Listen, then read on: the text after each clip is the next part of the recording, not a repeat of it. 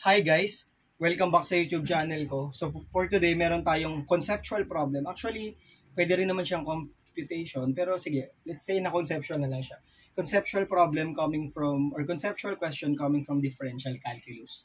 So ang tanong natin mga idol is, if the first derivative of a function is constant, then its graph is a blank. So if hindi natin alam yung pinaka main definition nito, it's okay na gumamit tayo ng computation. So ang sinabi daw, the first derivative, f prime of x is equal to a constant. Let's say yung constant natin is a. Okay? So how do we obtain, Sir IJ, the function?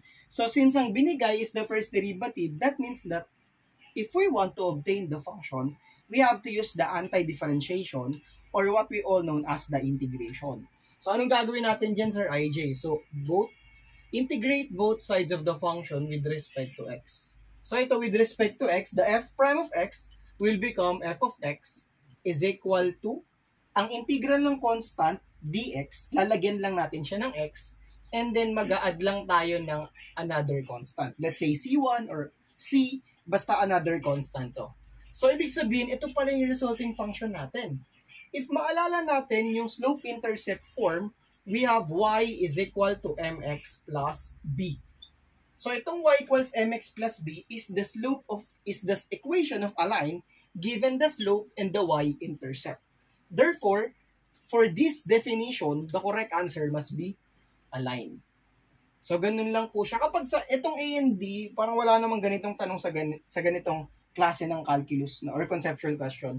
Itong sinusoid, kung hindi ako nagkakamali, parang ang sinasabi yata dyan if the first derivative is equal to the negative, parang ganun eh. Or, kumbaga, let's say, yung sinusoidal natin is f of x equals sin x. Kumbaga, ang definition ata nito is, let's say, yung f prime of x, alam natin na ang derivative ng sin x ay cosine x. F double prime of x is negative sin of x. Parang ang definition ata nito, kumbaga, if the second derivative is the negative of the original function, kumbaga ganito siya. Kung magiging sinusoid yung sagot dito if the second derivative, guys, is equal to the negative of the original function, sinusoidal yung problem natin. Or sinusoid yung equation natin, kumbaga, sine and cosine wave. Let's say, for example, cosine x, ang derivative ng cosine ay negative sine, ang derivative ng negative sine ay negative cosine, which is simply following this rule.